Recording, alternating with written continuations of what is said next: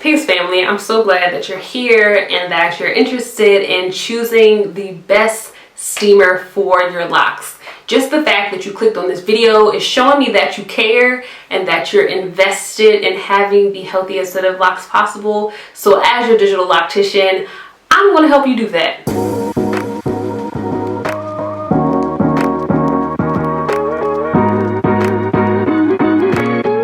In this video, because I could get real technical, you guys know I'm like a hair nerd and I love to get real scientific and stuff like that. I'm gonna try my best not to take it that far and just give you like what you need to know about the best steamers for your locks. Okay? Deal? So before we jump into some of the important factors, I will also let you know just up front that I have a full article about the best steamers for locks. I've linked it down below this video. If you don't want to stay for the video, you just want to get to the, what it is you need to get to, you go ahead and check the description box below. However, if you would like to hear my experience and some tips that I would like to share with you with my experience having had multiples, like I'll say less than 10. It's a fair number. I've had less than 10 steamers, but I've had quite a few in my personal journey and also that I have in the salon. So if you would like my insight, I'm happy, more than happy to share with you. And so the first thing that I would like to share with you is that not all steamers are created equal. In addition to this, your shower is not an alternative to the steam that we're talking about here. Today we're talking about steamers for your hair that can be used for conditioning and strengthening. Yes, there are steam in your shower. Yes, you can buy a clothes steamer or a handheld steamer, but if you want the most benefit from steam for your locks, ideally you want to invest in a hooded hair steamer, which means that it's more than likely going to be professional. However, we've got to add this little asterisk here because there are companies currently that can, they acknowledge that hair care is really important. So of course, like when the industry starts to move, naturally solutions are being created and there are companies that have come out with steamers. And so you will see steamers, I would say like marketed for hair, but they may also try to like sell you on the fact that they have like facial components too for steam, which again, it's great. Don't get me wrong. I just want to say that when you see a steamer that is, maybe I can just add like a picture, right? It's like a half dome type situation, meaning it's only going to come to like the forehead and like right across your ear, I guess. That is like a half of a steamer, and it's typically like a tabletop steamer. Yeah, they're very convenient for at home, but I would not suggest that's something that you want to invest in because in my experience, those steamers work in the beginning when your hair is really short, but as your hair gets longer, it doesn't really get to like that bottom part of your locks, or when you try to put your hair up to get into those steamers, like it's very uncomfortable. And so I believe it's best to invest in a full like hooded, like a dome, like your head is like inside of it's almost like a spaceship, like an astronaut helmet. Like that's the kind of steamer you want to get at home because you can use it long term. The only thing though, they're typically like a stand-up steamer, so it's difficult to store if you don't have like a lot of storage, but you're going to be using it regularly, at least like once a month. So it's something that you might be able to keep out. I haven't quite figured out how to make it like cute and decorated, but it gets use. If your goal again is to hydrate your hair, make it strong, add some of that sheen to your hair, help promote your hair to grow, all those benefits that you get with steam. If that's what you're looking for, you're going to be using it consistently.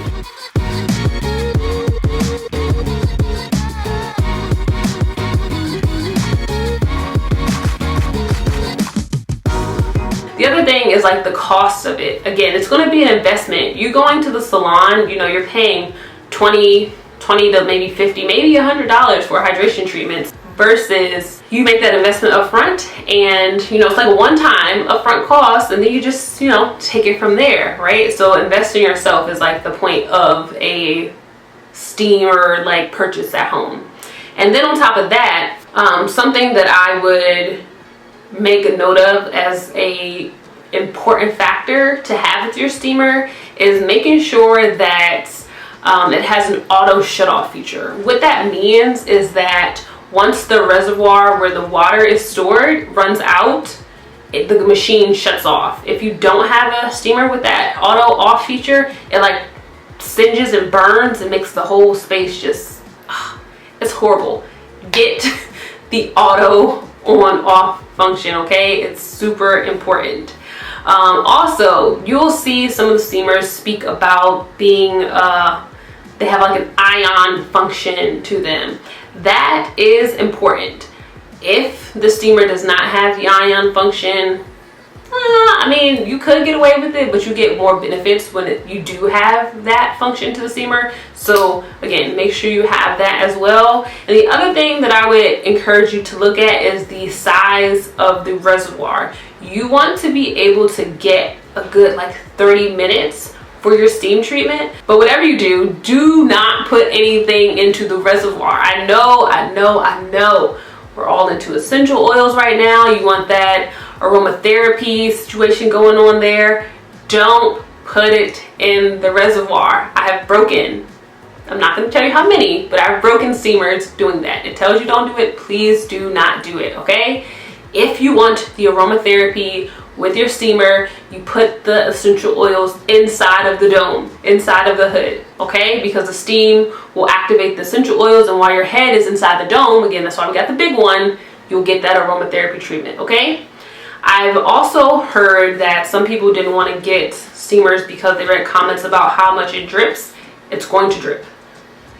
There's not a steamer, at least that I know of, that does not drip, because the steamer is actually producing vaporized water, which once it condenses on the dome of the steamer, accumulates condensation, starts to drip, okay?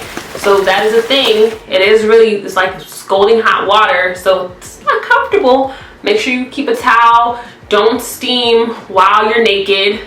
Learn that lesson the hard way. So be clothed, keep a towel handy, but don't take away from the benefit of the steamer just because it's drip, because it's just because it drips, because that is a part of, like, you know, just what happens. So now, choosing the best one. Again, professional grade steamers are always going to be best. Do you need a $500 steamer at home? No. Is it possible? Yes, because they have $500 steamers, but do you need that at home? No. General idea of budget, what you can expect to spend, is about $150 to $200. That is, again, your upfront cost, but you save it on the back end. And it's not too bad. Like, you're investing in yourself. So now that you're ready to choose your steamer, and if there was a question you had that I haven't answered, please leave it in the comment section. I will do my best to address your comments. And head over to my blog, curlynewgrowth.com. I have it linked in the description box. And I'll have an article linked to steamers that I specifically recommend. The reason why I'm not mentioning them in the video is because this may be an ever-growing list, right? And I want to be able to have the flexibility to update you on, you know, which steamers are best, which steamers I'm like, no, actually, no, it's not a thing. But I can't do that in a video. So check the link below, head over to the blog post, and there I will share with you the best steamers, the ones that I've used, tried, or, you know, can point you in the right direction towards. And yeah, thank you so much for watching. I am wishing you healthy hair, peace, love, and good vibes.